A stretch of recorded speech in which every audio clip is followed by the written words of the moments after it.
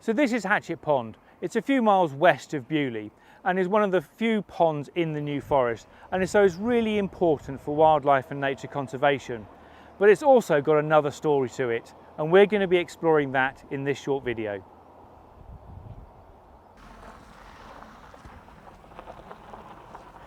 So Steve, you and I think have been working in the New Forest on Second World War, First World War history now for about 10 years, I think? It's about 10 years since the New Forest Remembers project. That's right, and I think it's fair to say throughout that time we've heard about stories of tanks at Hatchet Pond.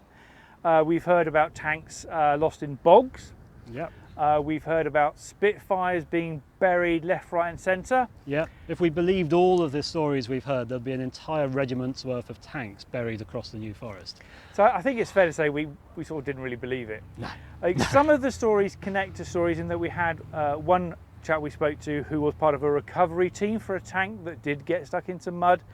But here at Hatchet Pond, we've always sort of not really given it much credence, and we've known about these bits of concrete that were sort of standing around throughout, but we've not really been able to piece these together, have we? No, so we identified this bit of concrete relatively early, but we were never really able to connect it with anything or work out what it was.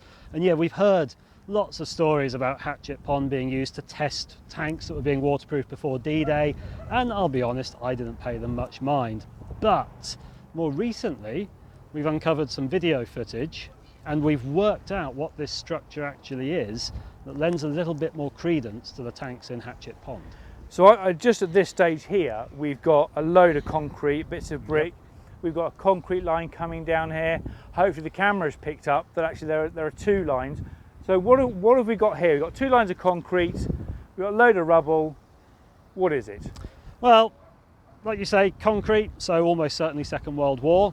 Evidence of debris and detritus in the middle, so demolition debris, but still the intact outlines of the wall, as you say. So we've got a sort of hollow structure, outer walls, and then something in the middle.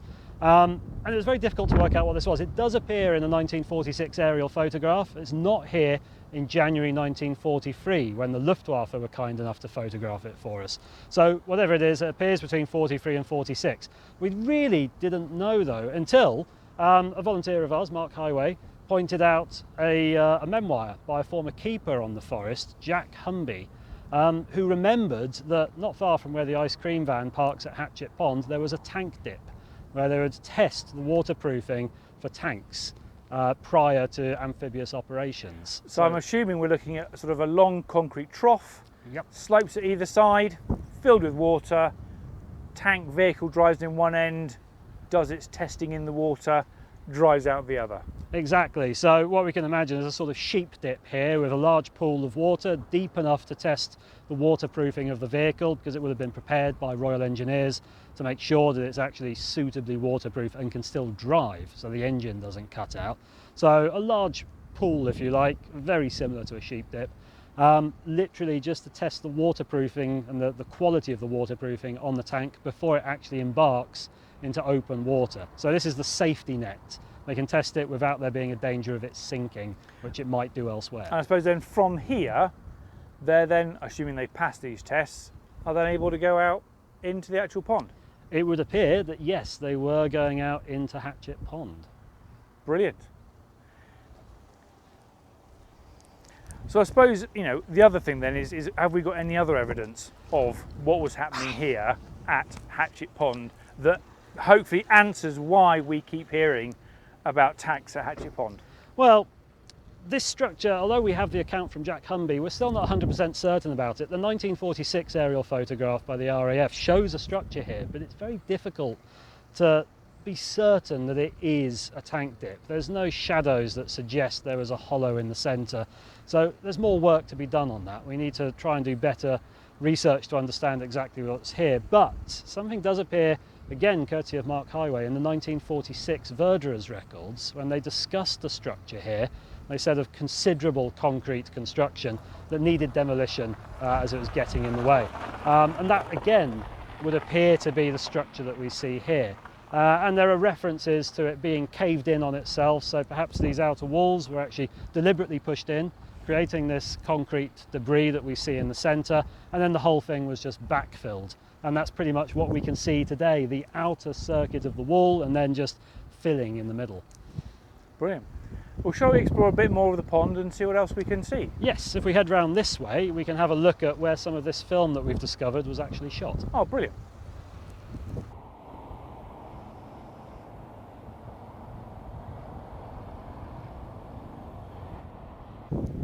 So why are we here, Steve? Well, we've recently found some video of Hatchet Pond actually in use during the Second World War. It shows a number of armoured vehicles, codenamed Dragonflies, which were essentially small armoured vehicles, small tracked vehicles called Bren Carriers, equipped with a flamethrower and then also with skirts so that they could actually float across the water.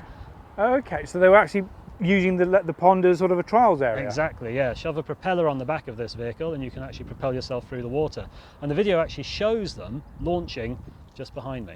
So this stretch of the pond edge was used for the launching into the water? Exactly. That is brilliant. And if you come down here, you can see exactly why they would use this bit of the shore, because actually it's a really nice, firm gravel surface, and it's a very gentle slope into the water. Well, mate, it's a perfect location. The rest of the pond has got quite steep edges, but here, and I take it they came out the other side? Yeah, so one of the clips shows them launching from just here, swimming across the water and then emerging on the other side. But other bits of the clip show them in different formations, going in a line formation along the pond and around the corner. So they were probably trying out all sorts of different methods of actually floating in formation across the pond.